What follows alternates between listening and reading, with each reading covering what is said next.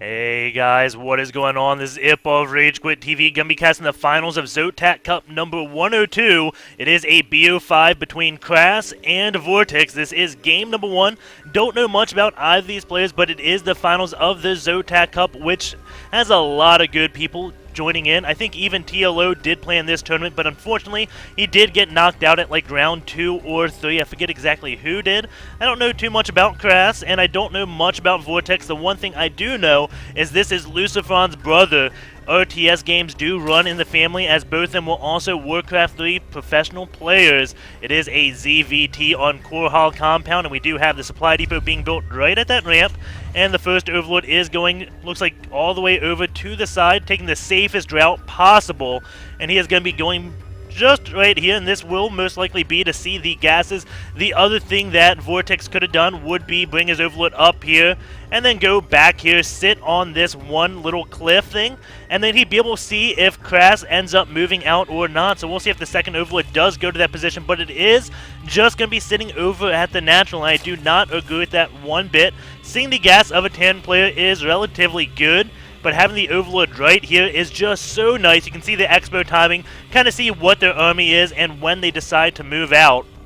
Putting the Overlord right at this one natural does prevent yourself from getting like bunker rushed, but we do have Vortex sending out, looks like a 13 or 14 drone scout, so he can see if an SCV leaves the base anyways. And if he sees an SCV leave the base, he knows a bunker is the possibility. If he knows that Krass doesn't send out an SCV because he didn't pass one, then he definitely knows, okay, there's no need for a bunker rush, and the Overlord that's sitting right here is not needed. We do have Vortex getting into the base of Krass, sees that gas, and now he is going to be seeing the barracks complete at 2:45, and that just means the barracks did come up before the gas. Very rarely you do see the Terran players going for a gas before barracks, and if he didn't see the refinery building or not, I'm not sure if he did. I didn't keep an eye on that. I know he didn't get close enough to click on the gas to see how much was mined out of it, but just seeing the barracks at 2:45 is enough to tell. And an SCV does leave the base, and he is going out to scout to see exactly what Vortex is doing. The SCV leaves a little bit later than normal, so now you can see bunker rushing is not even in the question. As the hatch is now just finishing, he'd see the bunker up immediately, even without that Overlord. And again, this Overlord just making a small mistake, definitely should be placed over here. And this Overlord finally reaching its spot all the way on the right side of the map, so he will be traveling north to see exactly what Vortex is up to. And getting this gas, seeing this third Marine come out, no, it's not going to be any type of Hellion play. So now Vortex can try to cancel the gas, run his drone around behind the mineral lines to get a full scout on, or just not cancel the gas at all and let it fall. But seeing 3 Marines knows that, okay, it's not going to be an immediate reacted Hellion, could be delayed, but chances are it is going to be a 1-Rax Expo, unless he's going to be going for some type of all-in. He knew it wasn't a 2-Rax because he saw this second depot. If the second depot wasn't down, then there could be a possibility of another barracks and a lot of pressure about to be put out.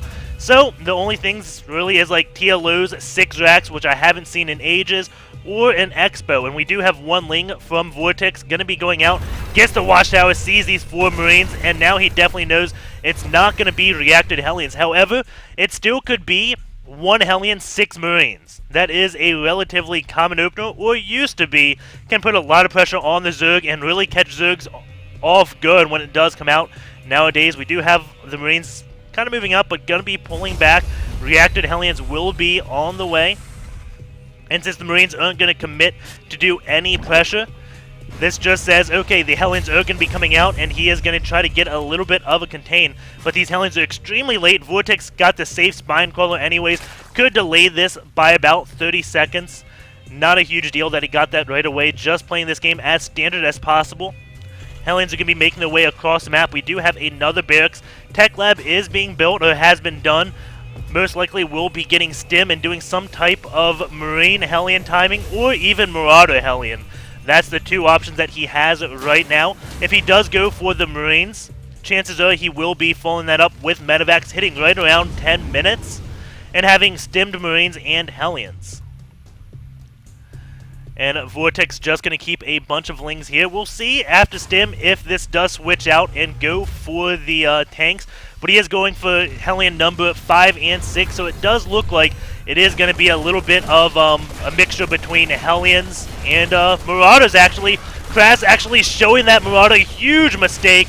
Marauder's not going to help all that much, and now he can't really go Marauder Hellion because Vortix saw Marauder out, and he's like, okay, well, you planned on all-inning me.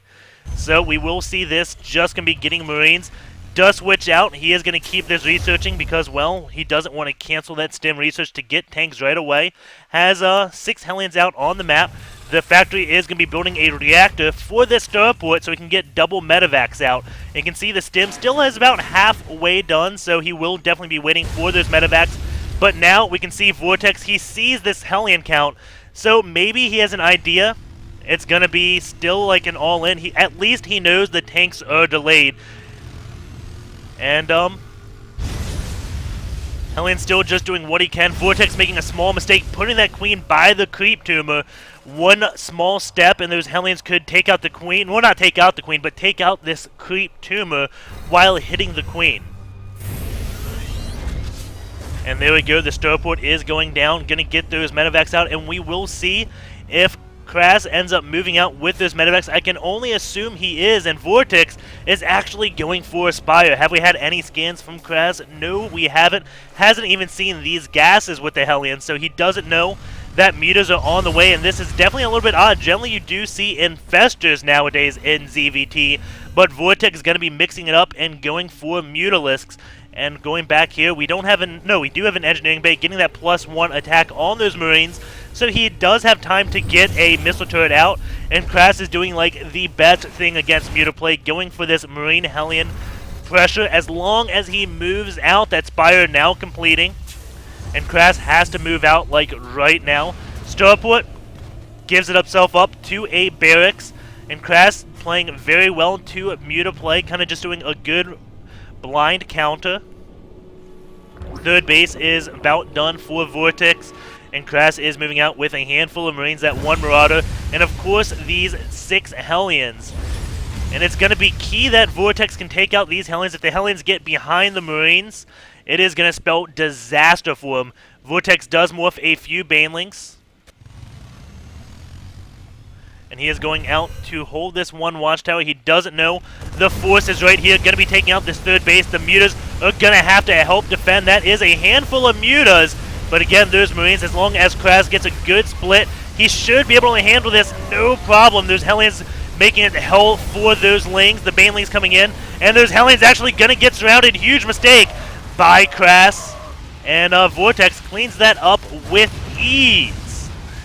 And I am extremely surprised at how easily he did clean that up. Didn't even lose this hatch. It lives with 304 HP. And now a command center is being built way out here. I don't know if it could fit right back here. Mutalisks are going to be coming in for Vortex. Whoops.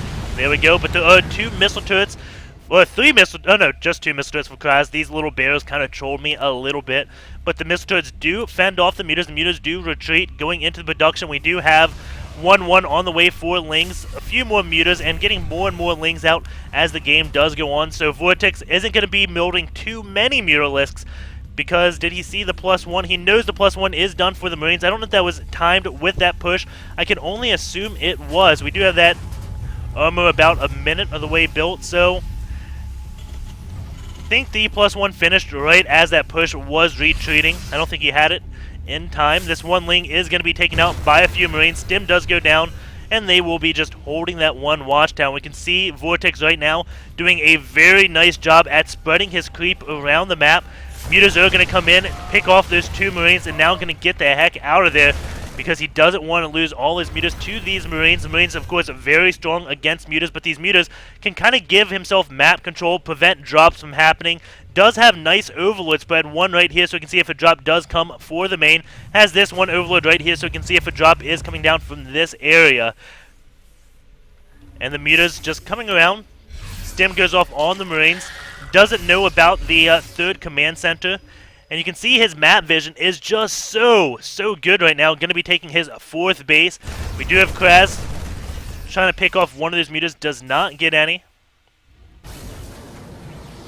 but he does see the muta count isn't getting really any higher, so he knows, okay, not keeping on building mutas, either you're going to get a lot of banelings and come and kill me, or you're going for infestor tech right now.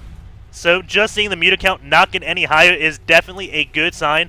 We do have Krass leaving a few Marines back at home, has built quite a few missile turrets. And at his third base does have two over here. And just using supply drops, looks like he is supply capping himself briefly, but using those supply drops to prevent himself from being actually supply capped so he can keep that unit production up. We do have a Thor on the way.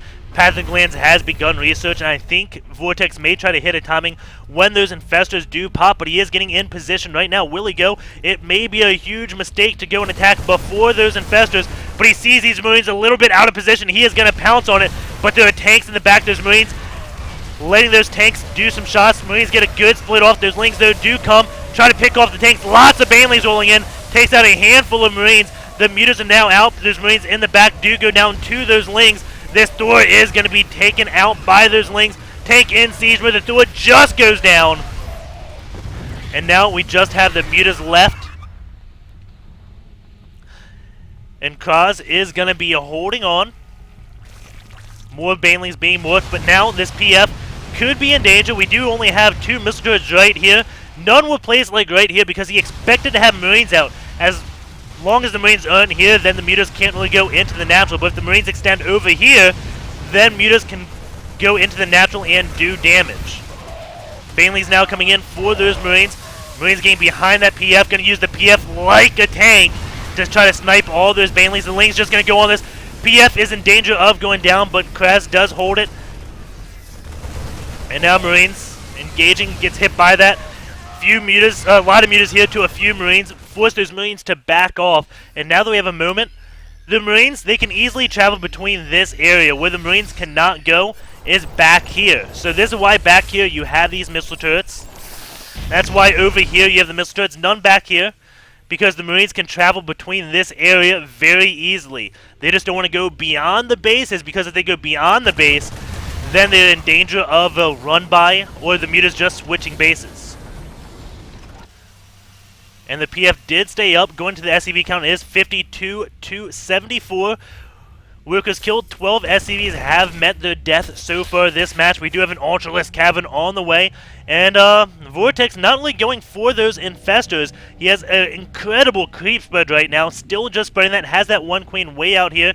Fourth base is up. Getting drones on at it. Let's go to the saturation. That base looks fine. This natural looks perfect. And this main, pretty darn good. So Vortix doing a great job at keeping all his bases saturated. Going over here for Krass, it looks like he is doing a good job as well. And his PF, yep, every base is ideally saturated. We do have this one hatch going up, but Krass is going to deny it with these 4 Marines. Does get canceled. That drone is trying to run to safety and goes into an extractor, keeping itself alive. And now he can use that same drone to build the hatch. Very nice job by Vortix keeping that drone alive. We do have Krass getting hold of this watchtower, going to be building another command center because he has to take his 4th base relatively soon. Does have a handful of Marines right here. I don't know if he knows about this one link, but he is going to be, I'm assuming, not knowing about it. Sees the creep all the way up here, now going to be traveling on it. Maybe on an A move command. I assume he doesn't want Vortix to know he is on the way. It is 200 supply to just 164, and Vortix starting to stack minerals now. He is up at 1k minerals and only 262 gas. Going to be working on that 3-3 for his Lings. And of course those Ultras as well. And Chitinous Blading just now finishing for these Ultras, going into the upgrades of these Marines. They're only at 2-1, so there's a huge upgrade advantage and supply advantage for Vortix right now. He is going to be storming in. Those Marines trying to get to safety. Huge foam growth goes off, and those Banelings do connect before they can split. And now Krass is just losing a lot of his supply. Medevacs did get foam growth there. I don't know if it was really necessary, as he did have all those mutas that could just pick them down. They are much faster than Medevacs. Handful of Marines right here. They have to work magics and do something, because Vortix is knocking at the doorstep. This one tank has provoked Vortix. Tank does go down. Marines get foam growth. The tank on the high ground. Very nice positioning, but I don't think it's going to be enough. Vortix is storming in. Infested Terrans are going down. And this is just looking very grim. And there goes the GG. Well played by Krass, but this was only game number 1 in the BO5. We will be going into the other game shortly. But first, I want to, I can't go there really soon because, let's see, which game was this? Korhal Compound.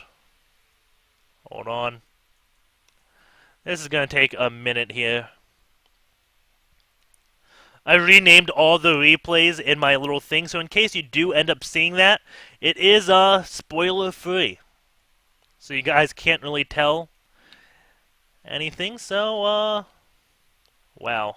This is taking a little bit longer to find my StarCraft 2 folder. And if it takes too long, then we will just... Nope, found it. Okay. So again, my apologies, guys.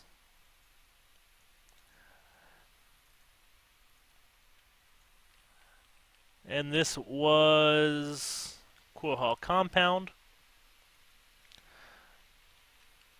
And now we can switch on over to this. There we go. So the first thing first, haven't seen Vortix before. I want to see his injecting.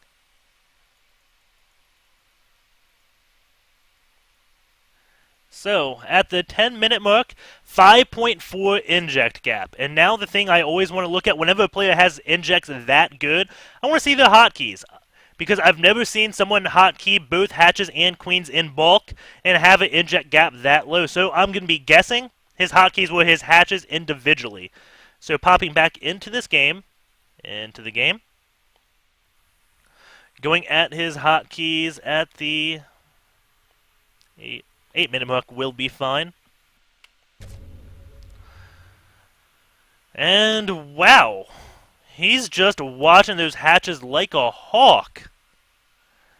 You can see doesn't have his queens on a hotkey, has both of his hatches on a hotkey.